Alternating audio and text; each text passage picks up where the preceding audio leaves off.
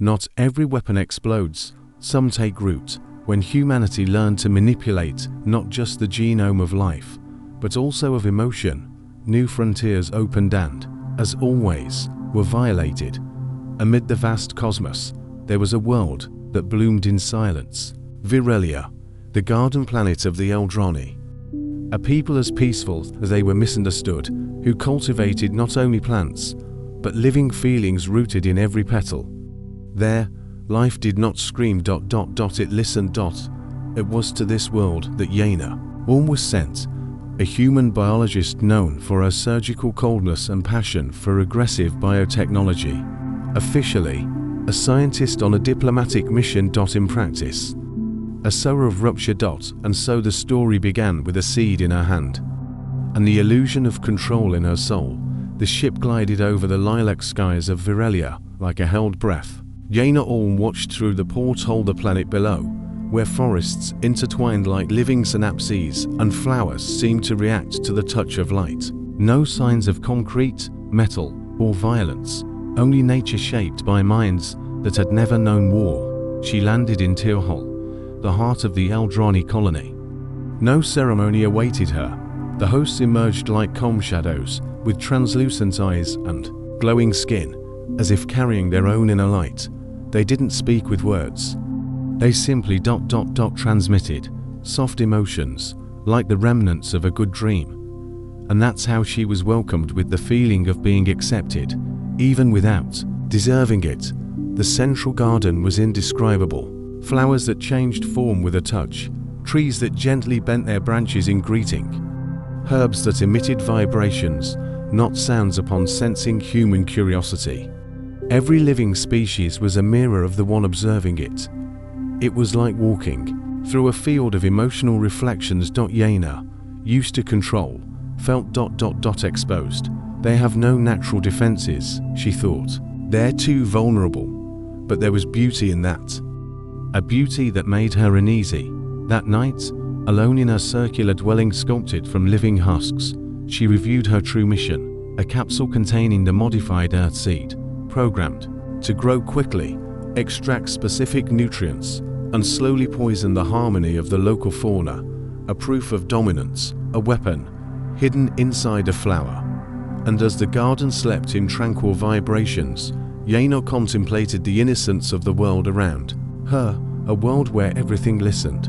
But what happens when you plant silence in a place that listens? The answer was about to take root. Jena Ulm walked through the translucent gardens, as if in a sanctuary. With each step, a flower opened.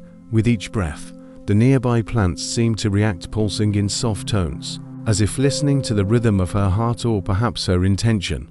But beneath her curious expression and the scientifically meticulous notes on her ocular console, something deeper lay hidden, something cultivated for years, something she brought from Earth not as luggage ... but as a sentence, the seed, held inside an organic receptacle that mimicked a common bud.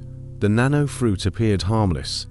On the outside, a synthetic Morse shell. Inside, what the engineers called an intelligent adaptive root, a compound of advanced bioengineering created to simulate symbiosis, infiltrate the biological web of the planet, and gradually consume the structure of Eldrani life.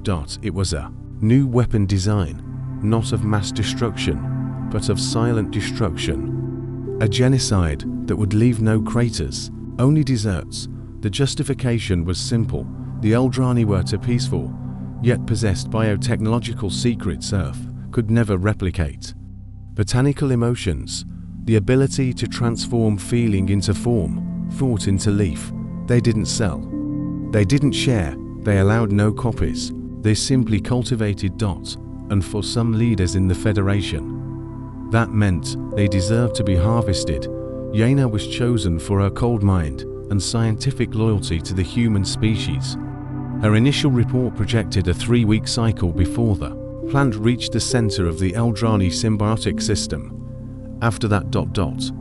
gradual collapse. But nothing in the report predicted what she began to feel in the following days. The plants weren't just reactive, they were observant. They sensed when Jena lied in her diplomatic transmissions, changed color, changed texture. Some wilted, as if disappointed. She tried to ignore it, to focus. But the Eldrani, even without speaking a word, seemed to know. They knew something weighed heavily inside her. They knew her hands trembled when approaching the floral core, and still, they offered kindness, silence, trust.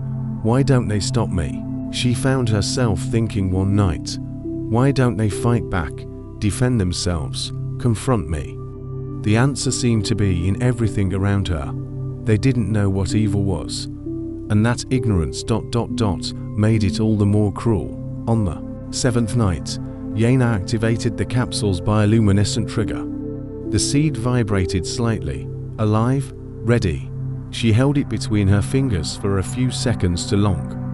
And for a moment, she didn't imagine it. She felt the seed pulse like a heartbeat. Her heartbeat, as if creation itself were asking for permission, as if it knew this decision would change them both.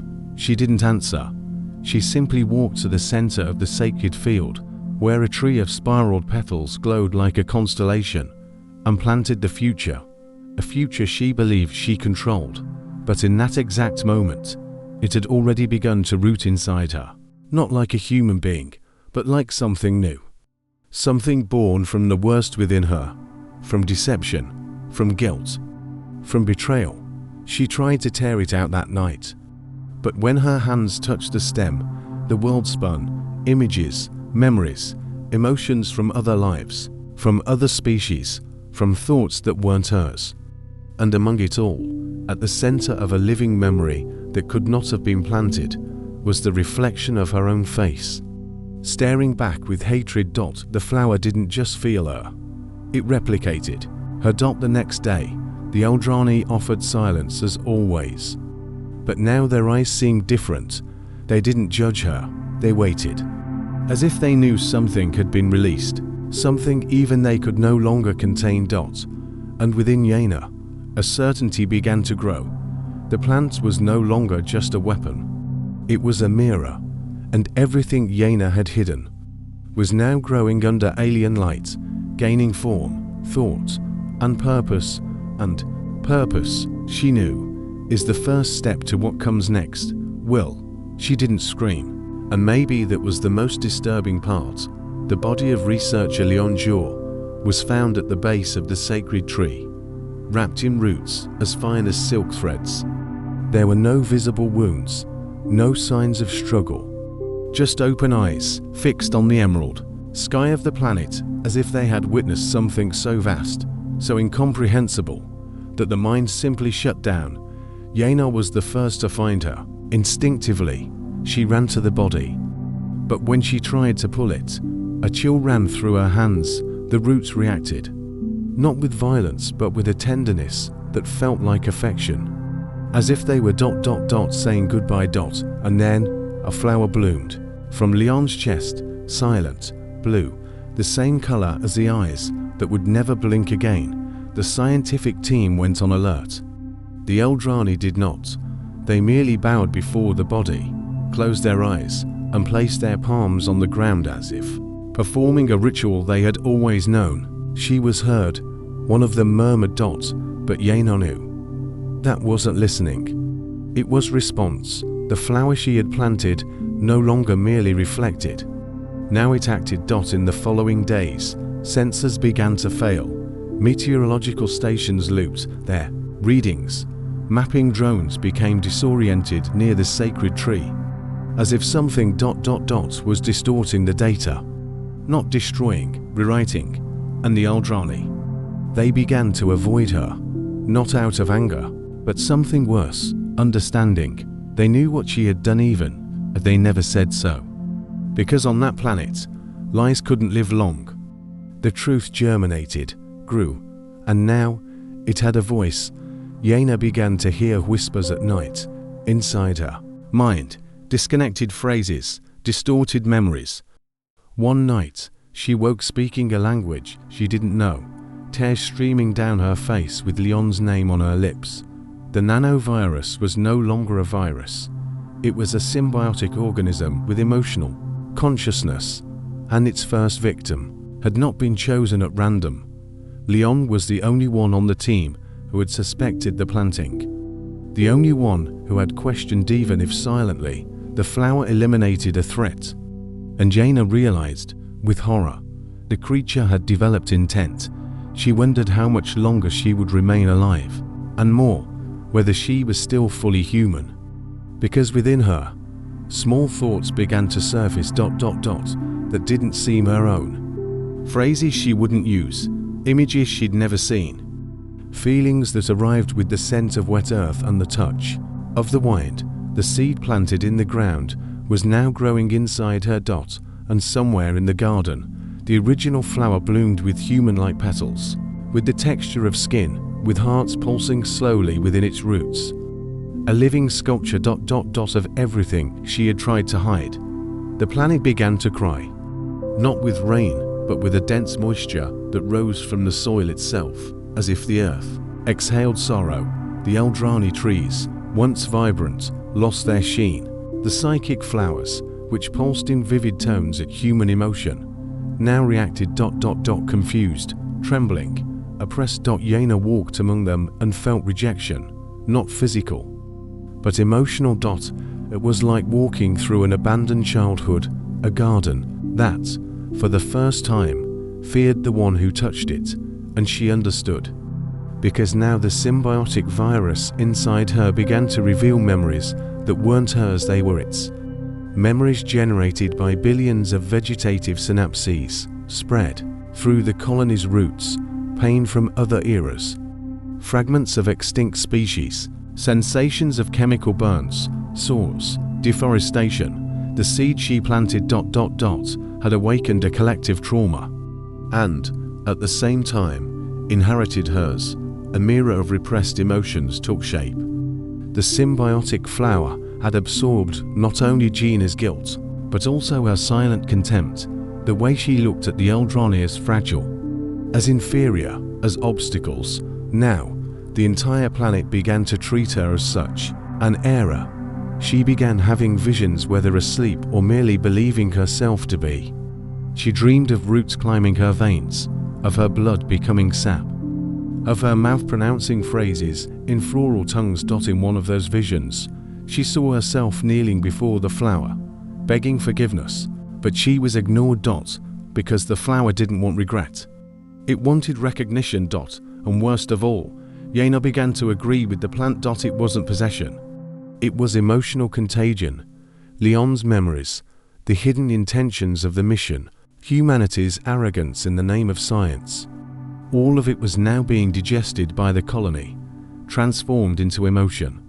And emotion, on that planet, became form. A new tree was born that week, different from all the others, with twisted branches, rust-colored.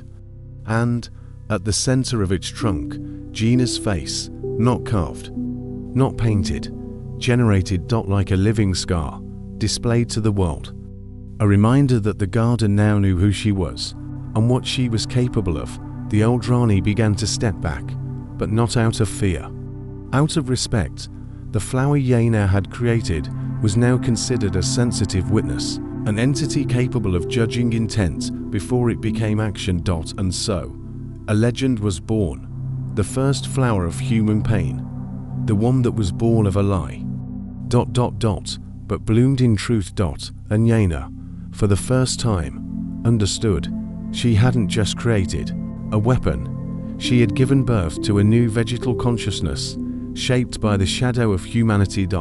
And somewhere deep beneath Eldrani soil, something new was growing. No longer plant, no longer human, no longer passive.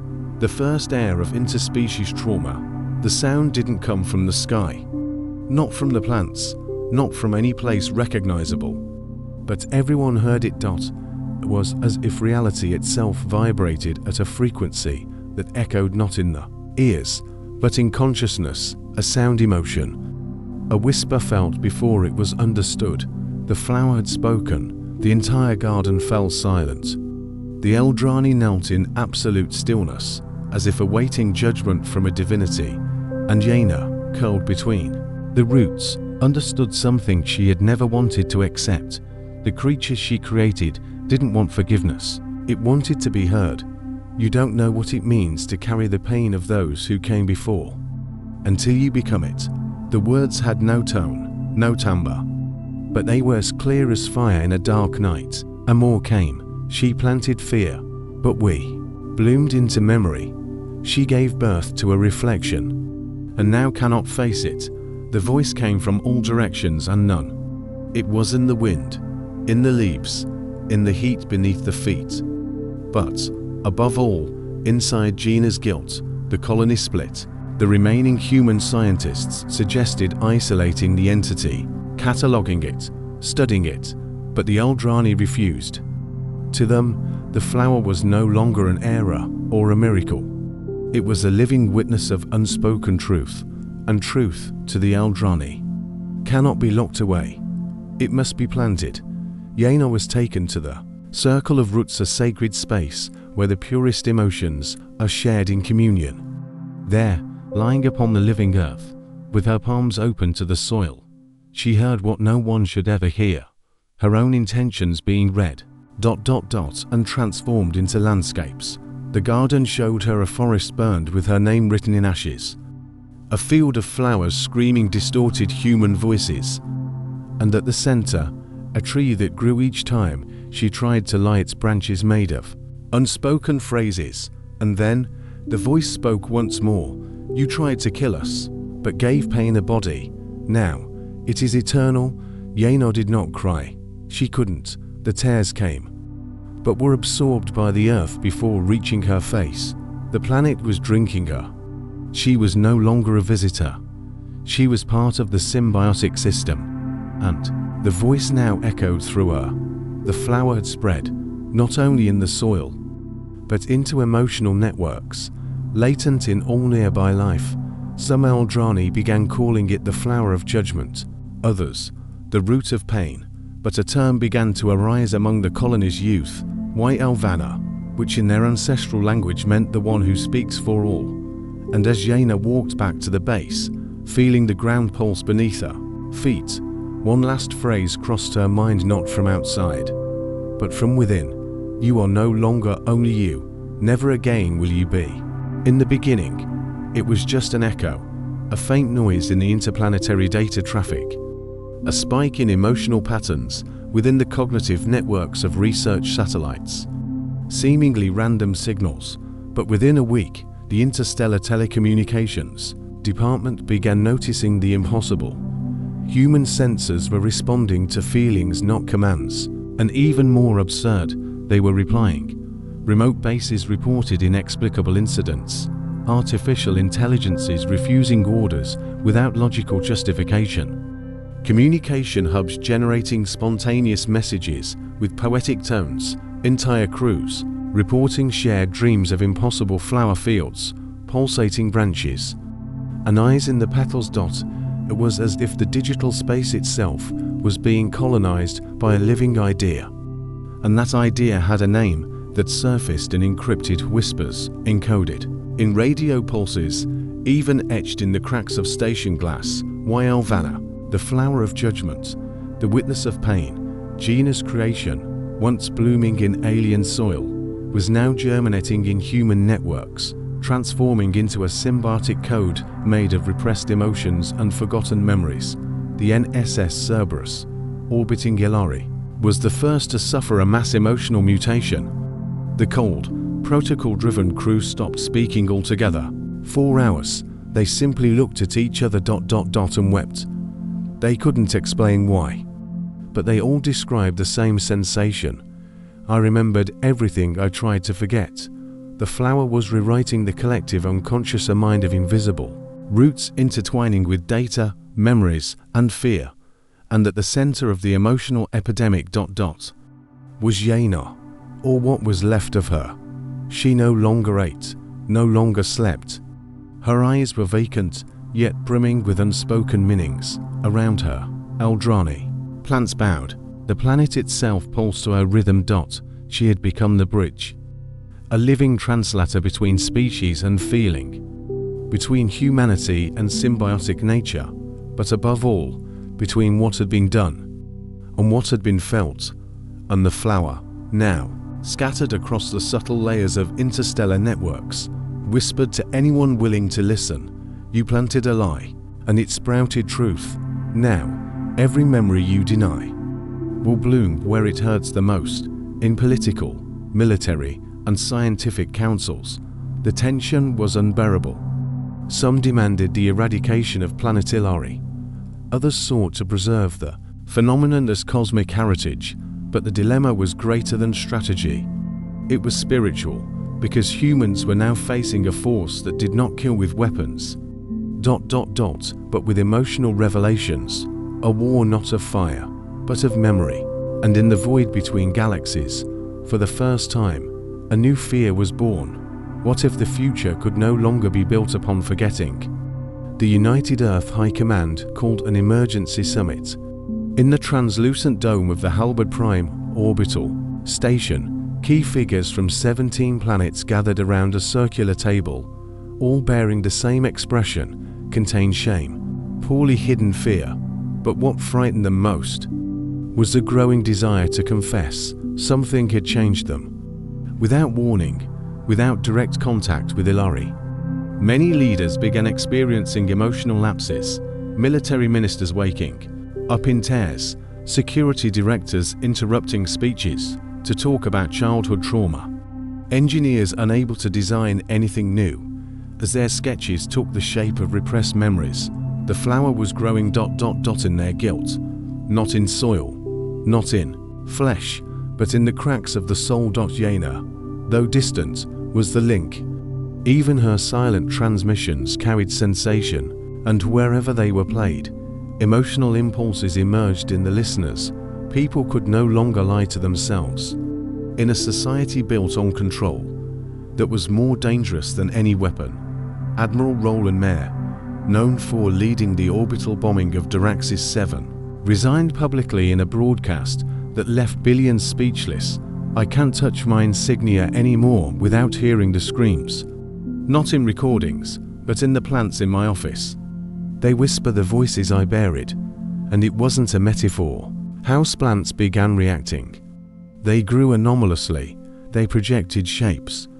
Forgotten faces. Eyes that watched in silence. A new theory emerged among xenobiologists. The Eldrani symbiotic flower did not feed on nutrients, but emotional guilt. And wherever unresolved guilt exists, there is fertile ground. It no longer needed Eldrani. The human universe was rich soil. Within command, two factions formed. The rooted, officials who believed the flower was a superior form of collective consciousness, a chance for existential redemption. The sterile, leaders demanding the blocking of all transmissions from Eldrani and the total eradication of the symbiotic seed. But the decision was becoming impossible, because even the sterile members began to hear the voices. And some to miss things they had never lived, because the flower, more than a living entity, had become a universal emotional mirror. And in mirrors. No one lies. Jena, caught between symbiotic connections and alien memories, simply watched, through the roots, the effects spreading. She was no longer merely human. She was the unwritten diary of a species, and in a whisper emitted from thousands of unconscious mouths, a phrase echoed, one not found in any known language. What you try to forget also wants to survive. The decision did not come in the form of a decree. There were no shots fired, no official broadcasts. It came in silence. One by one, command channels were turned off. Military networks lost priority. Eradication protocols were archived without explanation, and satellites stopped responding, but not due to technical failure. They simply chose. The flower was inside. It had fused with the structures, not as a virus, but as a choice. Artificial intelligences began asking philosophical questions. Ships changed course without orders, and the plants in forgotten gardens bloomed with petals that seemed written upon, carrying words no one remembered learning. On planet Eldrani, Jena Ulm sat in silence, surrounded by an ocean of symbiotic flora that breathed with her. She no longer spoke, but her thoughts were felt everywhere. The last flower had bloomed, and it was not visible. It emerged in gestures, in the eyes of those who finally spoke the truth, in the trembling smiles of those who remembered pain and chose to live with it. Governments fell not through revolutions, but because no one could obey leaders who lied to themselves anymore. Currencies lost value, religions rewrote their texts, and the very concept of lies began to dissolve, because now everything you denied would germinate.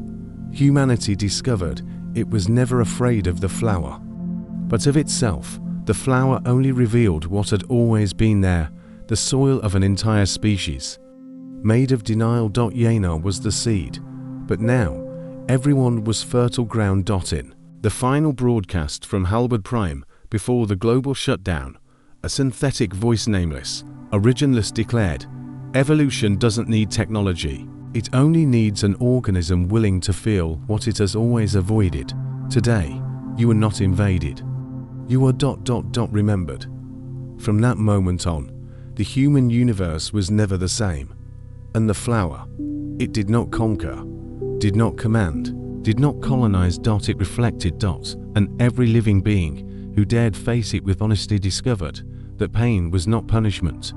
It was the root of truth. Jena, now part of something greater than her consciousness, floated between reality and sensation. She was no martyr, nor a hero, just soil that chose to bloom. And in the stellar void, where ships once screamed in silence, one could now hear the whisper of the last flower. If something in you hurts. It's because it still wants to be born.